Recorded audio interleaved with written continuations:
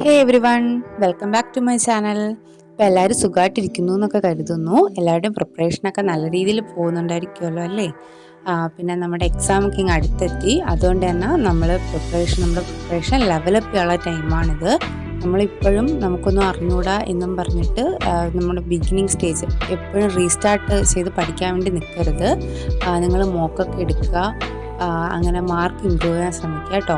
പിന്നെ ഞാൻ മുമ്പ് പറഞ്ഞിട്ടുണ്ട്, ഞാൻ അപ്കമിങ് ബാങ്ക് എക്സാംസിന് വേണ്ടി പ്രിപ്പയർ ചെയ്യുകയാണെന്ന്. അതിൽ ഞാൻ SBI ക്ലർക്കാണ് മെയിനായിട്ട് നോക്കുന്നത്. SBI ക്ലർക്കിൻ്റെ ടെൻറ്ററ്റീവ് ഡേറ്റ് ഒരു സെപ്റ്റംബറിൽ ആയിട്ടാണ് വന്നിരിക്കുന്നത്. അപ്പം ഞാൻ ഒരു ഓഗസ്റ്റ് ലാസ്റ്റാണ് എൻ്റെ ഒരു പേഴ്സണൽ ഡേറ്റ് ആയിട്ട് വെച്ചേക്കുന്നത്, ഒരു ടാർഗറ്റ് ആയിട്ട് വെച്ചേക്കുന്നത്. അപ്പോൾ അങ്ങനെ നോക്കുമ്പോൾ ഇനി ഒരു 52 ദിവസമാണ് നമുക്ക് ബാക്കിയുള്ളത്. സത്യത്തിൽ ഈ ഒരു 52 ദിവസം നമ്മൾ നന്നായിട്ട് പഠിക്കുകയാണെങ്കിൽ, നമ്മൾ കൺസിസ്റ്റൻ്റ് ആയിട്ട് പഠിക്കുകയാണെങ്കിൽ നമുക്ക് നമ്മുടെ മാർക്ക് മാക്സിമൈസ് ചെയ്യാനും അതേപോലെ തന്നെ നമുക്ക് പ്രിലിംസ് ക്ലിയർ ചെയ്യാനും സാധിക്കും. പിന്നെ ഞാൻ ഇന്നത്തെ എൻ്റെ ടു ഡു ലിസ്റ്റ് എഴുതിയത് ഞാൻ വീഡിയോയുടെ അവസാനം കൊടുക്കുന്നുണ്ട് കേട്ടോ. അതിൽ reasoning check list, Quant check list, English check list എന്നൊക്കെ പറഞ്ഞ് കൊടുത്തിട്ടുണ്ട്.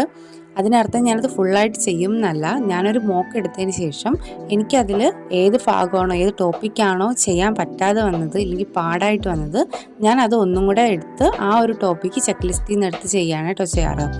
പിന്നെ നിങ്ങൾക്ക് സ്പീഡ് മാത്സ്, അതായത് ഇപ്പം അഡീഷൻ, സബ്സ്ട്രാക്ഷൻ ഇതൊക്കെ ചെയ്യാൻ എന്തെങ്കിലും സ്പീഡിന് ബുദ്ധിമുട്ടുണ്ടെങ്കിൽ നിങ്ങൾ അതിൻ്റെ ക്വിസസ് എടുത്ത് നോക്കുക കേട്ടോ. ഞാൻ ഉപയോഗിക്കുന്നത് സ്പീഡ് മാത്സ് എന്ന് പറഞ്ഞൊരു ആപ്പാണ്. അപ്പോൾ അതിൻ്റെ അകത്ത് ഡെയിലി ക്വിസ് പോലെ കാണും. അതേപോലെ 1 vs 1 ആയിട്ട് നമുക്ക് ബാറ്റിലൊക്കെ ചെയ്യാൻ പറ്റും കേട്ടോ. പിന്നെ അതുപോലെ തന്നെ ഇപ്പോൾ നിങ്ങൾക്ക് വീക്ക് ഏരിയാസൊക്കെ ഉണ്ടെങ്കിൽ അതൊക്കെ നിങ്ങളിപ്പോൾ ഇമ്പ്രൂവ് ചെയ്ത് വരാൻ നോക്കുക കേട്ടോ. പിന്നെ ഞാൻ കുറച്ച് നാളായി പഠിക്കാൻ പറ്റിയിട്ടില്ലായിരുന്നു.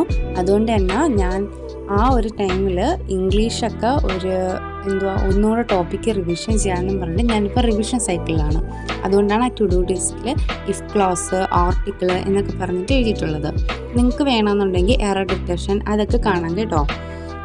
പിന്നെ നിങ്ങൾ ഒരിക്കലും ടാർഗറ്റ് കംപ്ലീറ്റ് ആക്കാൻ പറ്റില്ല എന്ന് പറഞ്ഞിട്ട് വിഷമിക്കരുത്. അതിൽ കാര്യമില്ല. നിങ്ങൾ കൺസിസ്റ്റൻ്റ് ആയിട്ട് പഠിക്കുക, അതാണ് മുഖ്യം. അതുകൊണ്ട് തന്നെ നിങ്ങൾ ഒരിക്കലും ടു ഡു ലിസ്റ്റ് പെർഫെക്റ്റ് ആയിട്ട് കംപ്ലീറ്റ് ആക്കാൻ പറ്റില്ലെന്നും പറഞ്ഞിരിക്കരുത്. അപ്പോൾ ഓൾ ദ ബെസ്റ്റ്. എല്ലാവരും നന്നായി പഠിക്കുക കേട്ടോ.